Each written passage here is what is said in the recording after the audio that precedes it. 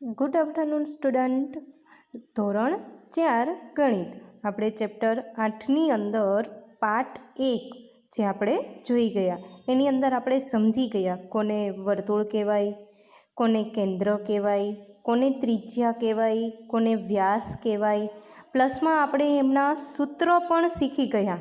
ત્રિજ્યા અને વ્યાસનું સૂત્ર પણ જોયું અને 3 અગત્યના મુદ્દા પણ આપણે જોયા જે ખૂબ જ ઇમ્પોર્ટન્ટ હતા, જે મેં તમને કહેલું વિડીયોની અંદર. બરાબર છે. હવે આપણે એ સમજૂતી ઉપરથી એક્સરસાઇઝ કરીશું. સમજાય છે? એમાં આપણે પહેલી એક્સરસાઇઝ જોઈએ કે નીચે આપેલ કોષ્ટક પૂર્ણ કરો. આપણને એક આવું કોષ્ટક આપ્યું છે, એ આપણને પૂરું કરવાનું કીધું છે. એમાં વચ્ચે વચ્ચે આપણને શું આપી છે? ખાલી જગ્યા. બરાબર છે. તો પહેલાંની અંદર ત્રિજ્યા એમાં આપ્યું છે 2 સેમી અને એની વ્યાસ છે એ આપણે શોધવાનું છે. તો કઈ રીતે આપણે વ્યાસ શોધીશું? તો જુઓ, અહીંયા આપણે એક દાખલો ગણ્યો છે. તમને આવી રીતે કોષ્ટક આપ્યું હોય તો તમારે અહીંયા નીચે દાખલા ગણો તો પણ ચાલે, અથવા તમે રફકામની અંદર ગણો તો પણ ચાલે, એટલે કે ઘરકામની નોટમાં ગણો તો પણ ચાલે, અને અહીંયા સીધા જવાબ લખી દો તો પણ ચાલે. સમજાય છે? મતલબમાં તમને ખબર હોવી જોઈએ કે આની અંદર તમે જે જવાબ લખ્યો છે એ જવાબ કઈ રીતે આવે. સમજાય છે? રીત તમને ખબર હોવી જોઈએ. તો આપણે પહેલો કરીએ. એની અંદર આપણને શું પૂછ્યું છે? ખાલી જગ્યા શેમાં આપી છે? વ્યાસ. આપણને વ્યાસ પૂછ્યો છે. જે પૂછ્યું હોય એનું સૂત્ર લખવાનું હોય. સમજાય છે? જે કોઈ પણ દાખલાની અંદર જે વસ્તુ આપણને શોધવાની કીધી હોય એનું જ સૂત્ર લખવાનું. એટલું એક ખાસ યાદ રાખવાનું. આપણને વ્યાસ શોધવાનો છે તો વ્યાસનું સૂત્ર લખીશું. વ્યાસ એનું સૂત્ર તો આપણને આવડે જ છે કે વ્યાસ બરાબર 2 ગુણ્યા ત્રિજ્યા. બરાબર છે. તો આ 2 ગુણ્યા ત્રિજ્યા એ જે છે એમાં આ 2 છે એ તો એમના એમ જ આવશે, તો 2 ગુણ્યા. બરાબર છે. હવે ત્રિજ્યામાં કેમ ટીચરે 2 જ લખ્યા? કારણ કે પહેલાંની અંદર આપણને 2 આપેલા છે. દેખાય છે? જો 2 સેમી, એટલા માટે આપણે અહીંયા શું કર્યું? 2 લખ્યા. 2 દુ ગુણ્યા છે એટલે આ બંનેનો શું કરી દેવાનો? ગુણાકાર. એટલે કે 2 દુ 4, એટલે કે 4 સેમી. તો આપણો આ જે વ્યાસની અંદર ખાલી જગ્યા આપી છે એમાં આપણે શું કરીશું? 4 લખી દઈશું. એ આપણો જવાબ છે. અથવા ટીચરે જો બીજી રીત પણ શીખવાડી છે કે ત્રિજ્યા કરતાં વ્યાસ ડબલ હોવાથી અથવા 2 ગણું.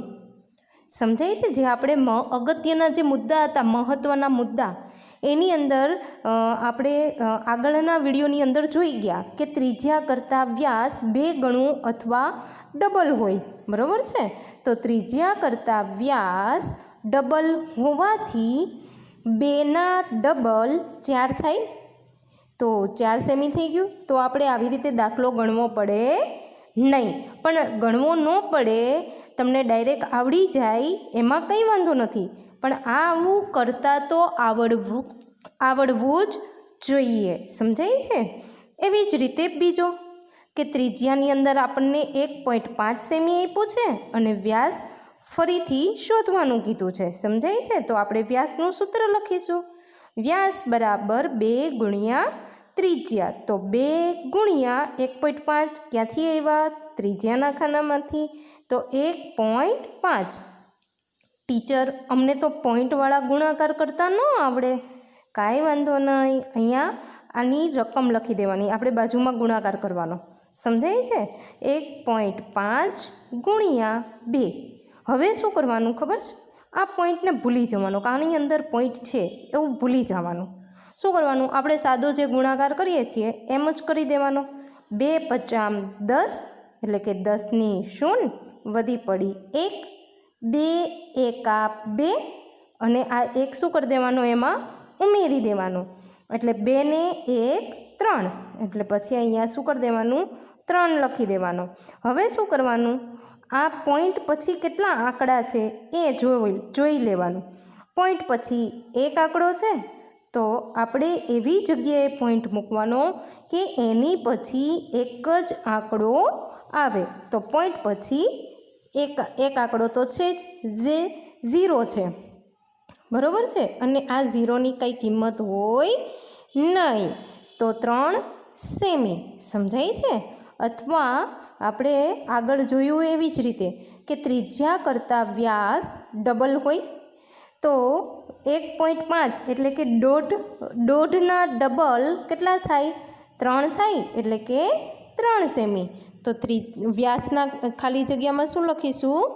3. હવે એવી જ રીતે ત્રીજું કે એની અંદર આપણને શું થયું છે? ત્રિજ્યામાં જ ખાલી જગ્યા આપી દીધી છે અને વ્યાસ આપેલો છે કે 6 સેમી. સમજાય છે? તો આપણે શોધવાનું શું છે? ત્રિજ્યા. તો સૂત્ર કોને લખીશું? ત્રિજ્યાનું. તો ત્રિજ્યા બરાબર વ્યાસના છેદમાં 2. એવું સૂત્ર તો આપણને આવડે જ છે. વ્યાસ કેટલો આપ્યો છે? 6. તો વ્યાસની જગ્યાએ આપણે 6 લખીશું. છેદમાં 2 એ એમના એમ જ છેદમાં 2. હવે 6ના છેદમાં 2 એનો મતલબ શું થાય? ભાગાકાર. સમજાય છે? તો હવે આપણે ભાગાકાર કરીશું કે 6 ભાગ્યા 2. 2 તરીને 6. 6માંથી 6 જાય તો 0. તો 3 સેમી આવી ગયું ને? અથવા આપણે પેલા અગત્યના મુદ્દામાંથી પણ આનો જવાબ આપી શકીએ કે વ્યાસ કરતાં ત્રિજ્યા અડધી હોવાથી 6ના અડધા 3 થાય. તેથી 3 સેમી આવે. તો આપણે ત્રિજ્યાના ખાનામાં લખી દઈશું 3 સેમી. સમજાય છે? હવે ચોથું, એમાં પણ આપણને ત્રિજ્યાના ખાનામાં ખાલી જગ્યા આપી છે અને વ્યાસ આપેલો છે. તો વ્યાસ ઉપરથી આપણે ત્રિજ્યા તો શોધી જ શકીએ. તો ત્રિજ્યા બરાબર વ્યાસના છેદમાં 2. વ્યાસ આપણને કેટલો આપ્યો છે? 9. તો આમાં વ્યાસ આપણે કેટલો લખીશું? 9 છેદમાં 2. તો છેદમાં 2. હવે શું કરવાનું? 9નો ભાગાકાર કરવાનો. તો 9 ભાગ્યા 2. તો 2ના ઘડિયામાં 9 આવે નહીં, પણ 2 ચોક 8 એ તો આવે ને?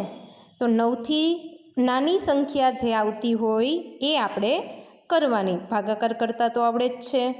તો 2 ચોક 8. 9માંથી 8 જાય તો 1 વધે. આ 1, બરાબર છે. હવે 2ના ઘડિયામાં 1 આવે? 1 ન આવે તો શું કરવું પડે? અહીંયા આપણે એક 0 લાવવો પડે. હવે આ 0 લાવવો હોય તો શું કરવું પડે? તો આ 4ની બાજુમાં એક પોઈન્ટ મૂકવો પડે. સમજાય છે? તો અહીંયા નીચે 0 આપણે લખી શકીએ. આ ગણિતની રીત છે. સમજાય છે? તો 2 × 10 તો થઈ ગયા ને? 0 0 થઈ ગયું અને આપણો જવાબ આવી ગયો કે 4.5 સેમી. સમજાય છે? અને આનો જવાબ પણ આપણે આ રીતે આપી જ શકીએ કે વ્યાસ કરતાં ત્રિજ્યા કેવી હોય? અડધી. તો 9ના અડધા કેટલા થાય? 4.5 સેમી થાય. સમજાય છે? હવે બીજું જોઈએ આપણે કે પરિકરની મદદથી નીચે આપેલા માપ પરથી વર્તુળ બનાવો અને ત્રિજ્યા અને વ્યાસ લખો. એવું ઘણી વખત એવું પણ પૂછાય કે ત્રિજ્યા અને વ્યાસ લખવાનું ન કે, ખાલી વર્તુળ જ બનાવવાનું કે. તો એ આપણને વર્તુળ બનાવતા તો આવડવું જોઈએ ને, અને પાછું પરિકરની મદદથી. તો આપણે બધાએ આવું સાદું પરિકર વાપરવાનું છે. કોઈ સ્ટાઇલિસ્ટ કે ફેન્સી પરિકરની જરૂર નથી. આપણે ફરજિયાત આવું સાદું જ પરિકર વાપરવાનું છે. બરાબર છે? હવે આ પરિકરની અંદર શું કરવાનું? અહીંયાથી આ જે બોલ હોય એને ખોલીને અને આની અંદર આની પરિકરની જે અણી છે એની કરતાં સહેજ જ પેન્સિલની અણી આગળ રાખવાની. સહેજ જ. જો આમ તો સરખું જ છે, પણ થોડીક પેન્સિલની અણી આગળ રાખવાની, એટલે આપણને આ જે વર્તુળ દોરતા ફાવે. હવે શું કરવાનું છે, પહેલાંની અંદર આપણને આપ્યું છે 2 સેમી, તો આપણે શું કરીશું, સ્કેલ લઈશું, બરાબર છે. એની અંદર ખાસ જોજો, એની અંદર આપણને 0 આપ્યો છે, જો અહીંયા 0 રહ્યો, બરાબર છે. એની ઉપર પરિકરની અણી મૂકી દેવાની, સમજાય જ. પછી 2 સુધી લઈ આવવાની પેન્સિલની અણી, એટલે આ જે પરિકરનું માપ થઈ ગયું એ 2 સેમીનું માપ થઈ ગયું. પછી શું કરવાનું, આપણે મૂકી દેવાનું પરિકરની અણી વચ્ચે, અને પછી આવી રીતે આમ કરીને આખું શું કરી દેવાનું, વર્તુળ બનાવી દેવાનું, સમજાય છે. પરિકરનું આપણું જે કેન્દ્ર છે એ બદલાવવું જોઈએ નહીં, જો આવે છે ને એની ઉપર જ, સમજાય છે. એવી જ રીતે બીજું કે 2.5 સેમી, તો એ કઈ રીતે લઈશું, તો એનું પણ માપ અહીંયાથી જો 0 ઉપર પરિકરની અણી અને કેટલા કીધા છે, 2.5, એટલે આ જે નાનો કાપો છે એ શું થઈ જાય, 2.5, એની આ 5 થાય, 1 2 3 4 ને 5, તો 5 ઉપર જ્યાં આવે ત્યાં શું કરી દેવાનું, આપણું પરિકરનું માપ કરી લેવાનું. જોજો, જો અહીંયા 0 ને હવે અહીંયા જો થઈ ગયું ને 2.5, તો હવે આપણા જે પરિકરનું માપ છે એ થઈ ગયું 2.5, અને પછી કેન્દ્ર ઉપર મૂકી આ જે પરિકરની અણી અહીંયા જે આવે છે અહીંયા, અને પછી આપણે જે વર્તુળ દોરીએ છીએ અને અંદર જે કાણું જેવું નાનું અમથું ડોટ ટપકા જેવું પરિકરની મદદથી થઈ જાય છે એ આપણું શું છે, કેન્દ્ર. સમજાય છે દરેકને. હવે ત્રીજું કે 1.7, જો તમને એવી તો ખબર પડે, 1નું કીધું હોય તો આપણને ખબર પડે કે ચલો 0 થી 1 સુધીનું લેવાનું, 2નું કીધું હોય તો એ ખબર પડે કે 0 થી 2 સુધીનું લેવાનું, 3નું કીધું હોય તો એ ખબર પડે કે 0 થી 3 સુધીનું લેવાનું. હવે એવી રીતે હોય તો ખબર પડી જાય. પછી ચલો 2.5, 1.5, 3.5 એવું હોય તો એ ખબર પડે કે અહીંયા 3ની પછી 3.5 હોય તો 3ની પછી જે વચ્ચેનો થોડોક મિડલ જે કાપો છે ત્યાં સુધીને આપણે કરવાનું. આવી રીતે જો અહીંયા આ 3, એની પછી આ જે કાપો છે એ મિડલનો કાપો છે, તો ત્યાં સુધી આપણે માપ લઈએ તો એ 3.5 થઈ જાય. તો 1.5ની અંદર પણ આપણને ખબર પડે કે અહીંયાથી આ 1 અને એની પછી અહીંયા જે કાપો છે એ 1.5 છે. પણ ટીચર 1.7માં કઈ રીતે ખબર પડે, તો 1.7ની અંદર અહીંયાથી ખબર પડે. જો અહીંયા 1.5, પછી 1.6, પછી 1.7, તો 1.7ની ઉપર આપણે માપ લાઈન શું કરી દેવાનું, અહીંયાથી અહીંયા સુધીનું માપ લઈ લેવાનું. જો કઈ રીતે એ જો દેખાય છે સ્કેલ.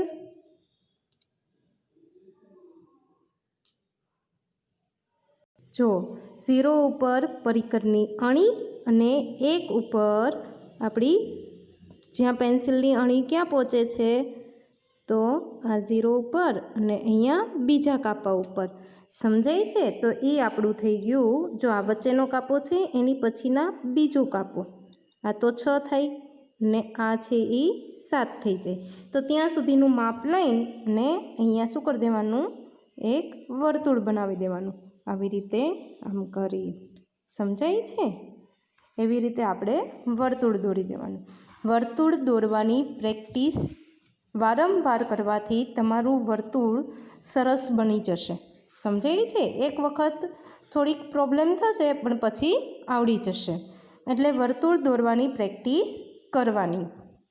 હવે આપણને એવું પૂછ્યું છે, હવે આની અંદર હજી ત્રિજ્યા અને વ્યાસ લખવાના તો બાકી રહી ગયા. ચલો ત્રિજ્યા તો આપણને જે આ માપ આપેલા હોય ને એ જ હોય. સમજાય છે. તો એ આપણી ત્રિજ્યા થઈ ગઈ બધે જ. સમજાય છે. હવે વ્યાસ, તો વ્યાસ હમણાં આપણે આ કોષ્ટક ઉપરથી જે શીખી ગયા વ્યાસ કરતાં, વ્યાસ શોધતા જે શીખી ગયા, એવી જ રીતે આની અંદર તમારે વ્યાસ શોધી લેવાનો. આવી રીતે માપવાના નહીં. જો આની અંદર તમે અડધું માપો, અહીંયા કેન્દ્રથી અહીંયા સુધીનું અંતર માપો, એ આપણી ત્રિજ્યા થઈ જાય. સમજાય છે? કેન્દ્ર ઉપર 0 સેટ કરી દેવાનું આવી રીતે, અને પછી એ આપણી અહીંયા જ્યાં આવે, જ્યાં છેલ્લે પતે, જો બેનો જે કાપો છે ત્યાં ગ્રીન લાઈન છે એ પૂરી થઈ જાય છે, તો એ આપણી ત્રિજ્યા છે. અને આખી લાઈન આપણે માપીએ તો એ આપણો વ્યાસ છે. તમે એવી રીતે માપો, એમાં કંઈ જ વાંધો નથી, એ સાચું જ છે. પણ ઘણી વખત એવું થાય કે જ્યારે આવું પોઈન્ટવાળું આવે ત્યારે આપણા જવાબ અલગ આવે. હવે ત્રિજ્યા જો 1.7 છે તો એમાં વ્યાસ આવે 3.4, પણ તમે અહીંયા માપો તો ઘણી વખત એવું થાય કે તમને 3.3 દેખાણું હોય, ઘણી વખત એવું થાય કે તમને 3.5 દેખાય. બરાબર છે? તમારો સેજ સ્કેલ આમ તેમ થાય તો તમને એવું થાય, એની લીધે આપણો વ્યાસ શું થાય? ખોટો પડે.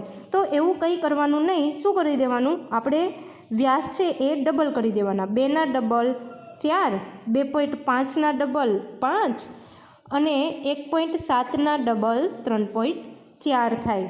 સમજાય છે? હવે એવી જ રીતે બીજી એક્સરસાઇઝ કે નીચે આપેલ વર્તુળ પરથી ત્રિજ્યા અને વ્યાસ શોધો. હવે તમને આવી રીતે કોઈ માપ ન આપ્યું હોય, ખાલી વર્તુળ બનાવીને આવી રીતે વચ્ચે એક કેન્દ્ર આપી દીધું હોય, બરાબર છે? તો આપણે શું કરવાનું? જો કેન્દ્ર ઉપર 0 મૂકી દેવાનો, અને પછી ત્રિજ્યા આપણી જ્યાં પૂરી થાય ત્યાં આપણે જોઈ લેવાનું. જુઓ અહીંયા ફરીથી કેન્દ્ર ઉપર 0, અને પછી અહીંયા જો આ જે લાઈન છે 3ની મોટી, એ છેલ્લે અહીંયા પૂરી થાય છે. તો ત્રિજ્યા આપણી થઈ ગઈ 3 સેમી. તો ત્રિજ્યા આપણને મળી જાય તો વ્યાસ તો આપણને ખબર પડી જ જાય. 3ના ડબલ 6, અથવા તમે આવી રીતે માપી લો તો પણ ચાલે. બરાબર છે?